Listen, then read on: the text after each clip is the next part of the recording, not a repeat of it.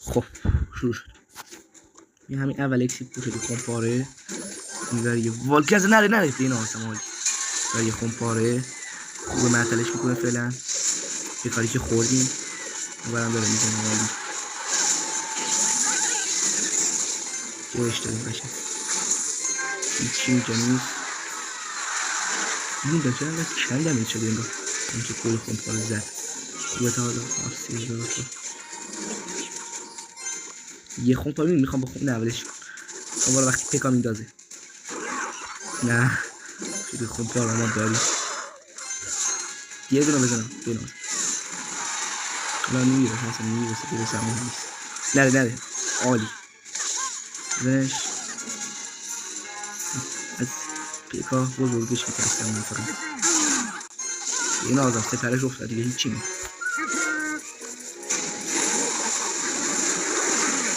خب بزن یه گراج داره اینجا کاغذ بده این ساهرمون هم عالی اشکال ناره عالی یه لحظه اینه دیگه پیکا بزرگم بدازه هیچ کاری نمیتونه انجام بده تمام این بستی تانش ها زدیم یکی بودش آن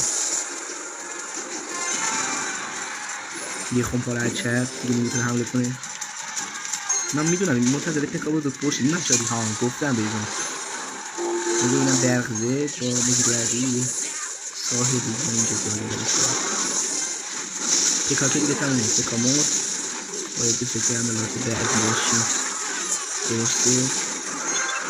چی دوباره دفاع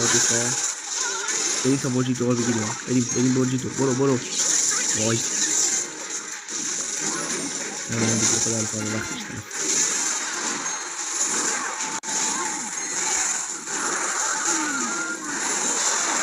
تمام خوب بازی